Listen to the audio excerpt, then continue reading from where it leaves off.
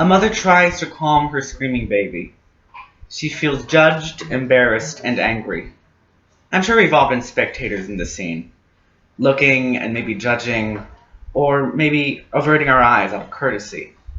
But how many of us have actually thought about that mother's story? My mother was that woman, and I was that screaming child. Although me and my mother have had a rough patch at the beginning of our relationship, her smart words and tactics created the strong relationship that we have today. My mother, when she was pregnant, was actually looking forward to motherhood. She believed that when she saw her child after she gave birth, she would immediately fall in love.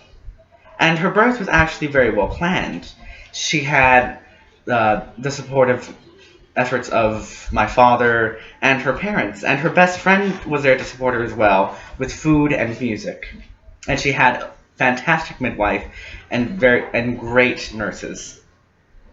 And after she gave birth, she felt happy and satisfied.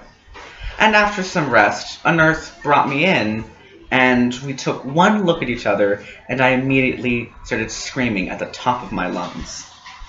In an attempt to quiet me, she nursed me, but I actually fought her off and eventually gave in. But right after that, I continued screaming for 3 months straight. And I screamed so much that my mother actually enjoyed having company, because it turned out that I only screamed with her alone. When there was company over, I would immediately shut up. I would only scream for her. And it seemed as though I hated her as a child, and for some brief time the feeling was mutual. At some point, my mother said there was a window in her bedroom facing out, just a few feet in front of it, another window, and she actually thought of throwing me out just so she could have some moment of peace. Of course, she didn't, being a sensible mother. And I screamed so much, but never cried, and this worried my mother, and so she went to the doctor and tried to have some confirmation of anything. And the doctor confirmed that this was a normal process of infancy, and that my mother was not crazy, and that this would end eventually. But my mother grew very, very tired of this. And at one point, she gave in and just started talking very, very sternly to me about her frustrations and how tired she was. And for some strange reason, I shut up and just listened to her. My mother, noticing this, continued to talk and talk and talk, just getting out all of her emotions.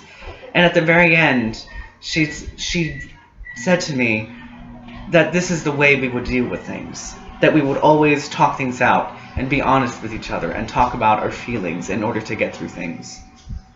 From that day on, I no longer screamed so violently. Instead, I turned into the son that she needed and wanted.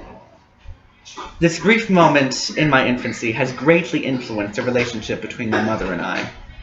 We have utilized language as an important tactic to manage conflict throughout the years of my life.